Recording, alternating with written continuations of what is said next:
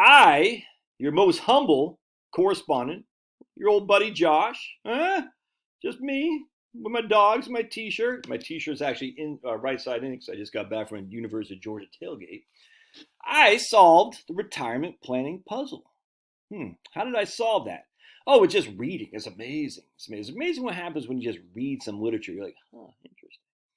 And anyone in their right mind should have solved this before me, well before me. Some people have, very, very few people, but some people have. Of course, they were, almost like during the let's just say the COVID issue, where all the righteous scientists were pushed aside, banned, and all that, and then they signed that great Barrington Declaration. Oh, conspiracy theorists!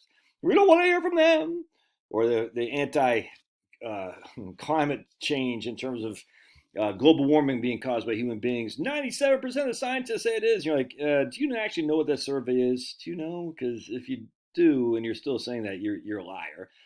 If you don't know, then you're ignorant, and you're being ignorant on purpose, deliberately ignorant, because that 97 thing's a fraud. Anyway, so we know for a fact that there's a lot of people scared crapless about retirement because they've been told for basically our whole lives, retirement crisis, retirement crisis. I built my whole channel on this. So, and it's just that simple. So to validate what I say, I read a lot of literature. And a lot of this literature goes back many, many moons. So check this out. I'm going to show you something here. So I go back to, oh boy, now Pablo's go outside. I have data sets on top of data sets. We're going back to BLS numbers here, the monthly labor review, just for all kinds of, why is it necessary to change? They just redesigning the questionnaire. Lots of great stuff in this stuff, man. I love it. Some of it's not relevant to retirement planning. Other stuff is. Let's look over here. What's this guy? Oh, this has nothing to do with retirement, but this is the kind of stuff that I find very interesting. This is, let me just go back to the front page here. A Century of Finance, 1804 to 1904. The London House of Rothschild. If that doesn't get you fired up, I don't know what will. Anyway, so I read a lot, my friends. I read a lot because reading is where you gain knowledge, all right? And so this right here, my formerly nicotine-stained fingers, is from the CPS, the Center of the U.S. Census Bureau. All right, so we got, I don't know, how many freaking pages is this? 230 pages of data from 2000, and they wrote this 2010, I believe. And this goes back to, you'll see right here, measurement of income and poverty in the CPS background. All right, and look at this. What's this one right here? This is going to say retirement income. Retirement income. All right, interesting, is it not? Yes, sir, it is. And so now I'm going to get my trusty glasses. I'm going to show you. Now, remember, this was published in 2010. The Social Security Administration was still using the current population survey, CPS, to say how many people were relying heavily on Social Security. Finally, in 2017, the Social Security Administration says, yeah, this information is suspect. It's wrong. As a matter of fact, we're not going to use it anymore. And they haven't adjusted it since. They haven't changed it. And I saw that. No one else saw it. I did. I mean, I'm sure someone else saw it. But the vast majority of academics and whatnot, they didn't say crap about it. There's a guy named Joshua Mitchell and some other guy who had written an article for the Census Bureau saying, hey, the numbers are wrong for CPS. CPS, the current population survey. And you're saying, well, what exactly is the legitimate CPS, all right? Exactly is the current population survey. So we're going to go. At the Census Bureau request, the bulk of our analysis and recommendations focus on the CPS, which has been the official data source for estimates of household income and poverty in the U.S. for over half a century. And again, this is back in 2010 they had written this. Interesting. So basically the gold standard of what the government is using for household income and poverty. Household income includes what? Retirement income. Oh, yes, it does. And that's where we have a whole section, retirement income. So let's just take a look, shall we? Yes, we shall. While earnings are the dominant source of income in the U.S., their contribution to family income declines steeply as family members scale back their paid labor hours and eventually retire. Whether the transition is gradual or abrupt, earnings are replaced by various forms of retirement income.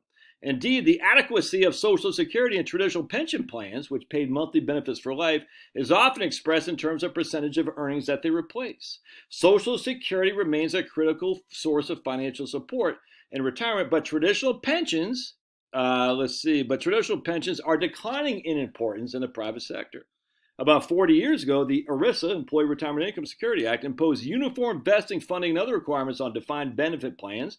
And as a result, employers gradually shifted to defined retirement plans. Interesting, interesting. Our principal federal surveys of household income typically contain multiple detailed questions on defined benefit plans, but have lagged in addressing the newer forms of retirement income. Consequently, as defined benefit pensions decline in importance, less and less of the income flowing to retired persons is captured in these surveys.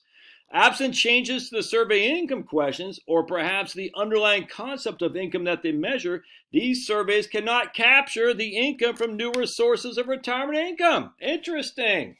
That's crazy. For instance, IRAs are not tied to a specific employer. These accounts do not provide fixed monthly amounts after retirement, but give their owners flexibility to withdraw funds when needed.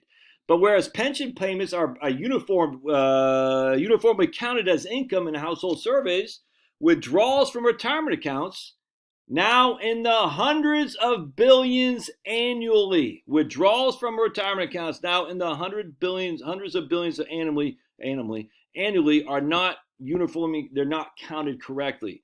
In the CPS, such withdrawals are a small fraction of the size in a couple other surveys that we use. But remember, CPS is the gold standard. While retirements, and then a negligible fraction of what the actual IRS data is. All right, so the current population survey, the gold standard, is they say retirement withdrawals are in the hundreds of billions annually.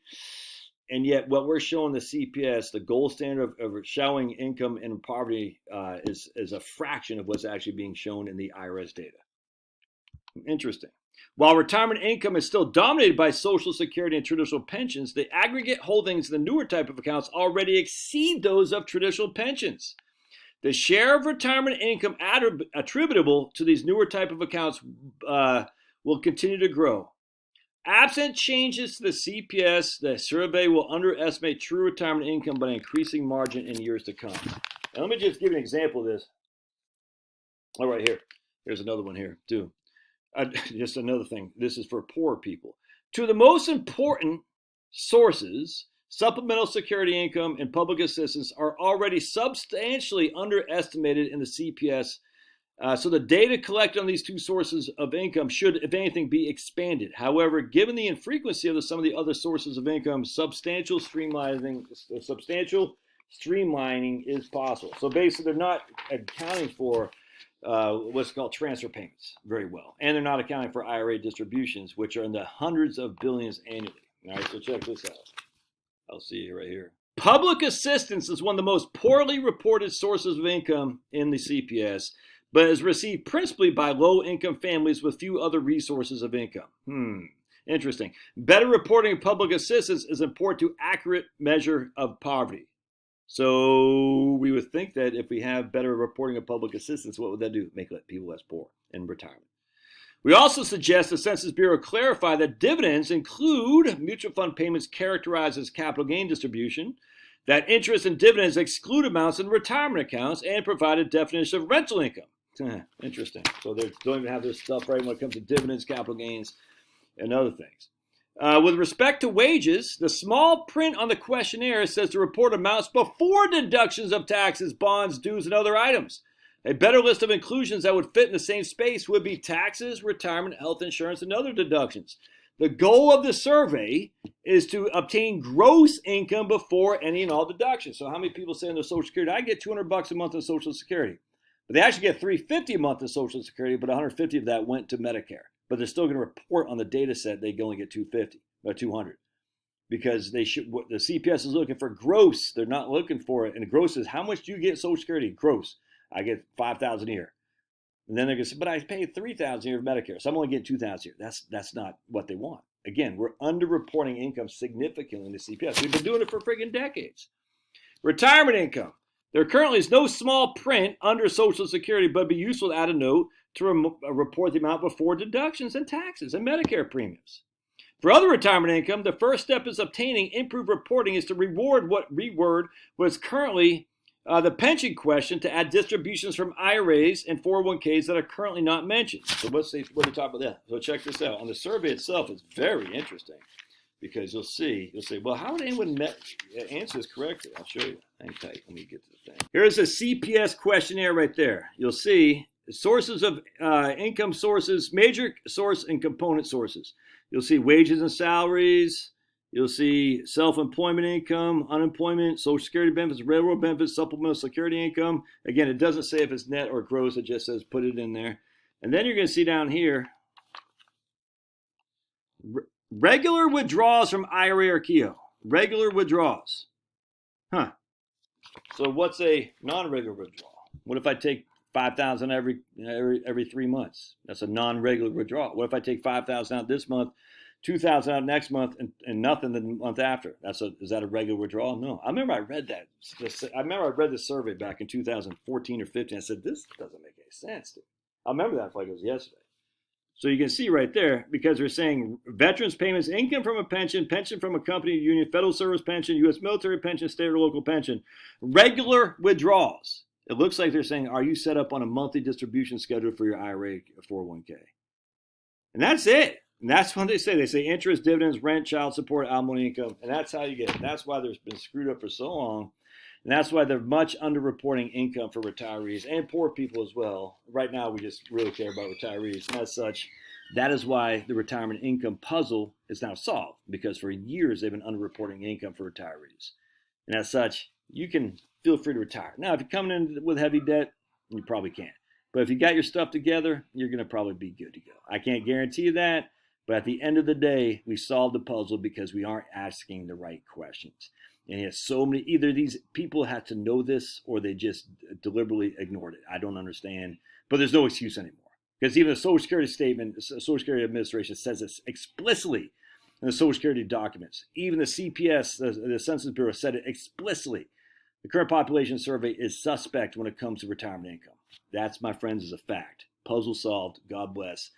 Give me a like on the thing. Fondle the like button. If you want to throw a super chat or buy a coffee, it'd be my pleasure. It'd be my pleasure. Buy me a coffee. It's in the show notes. We'll see you.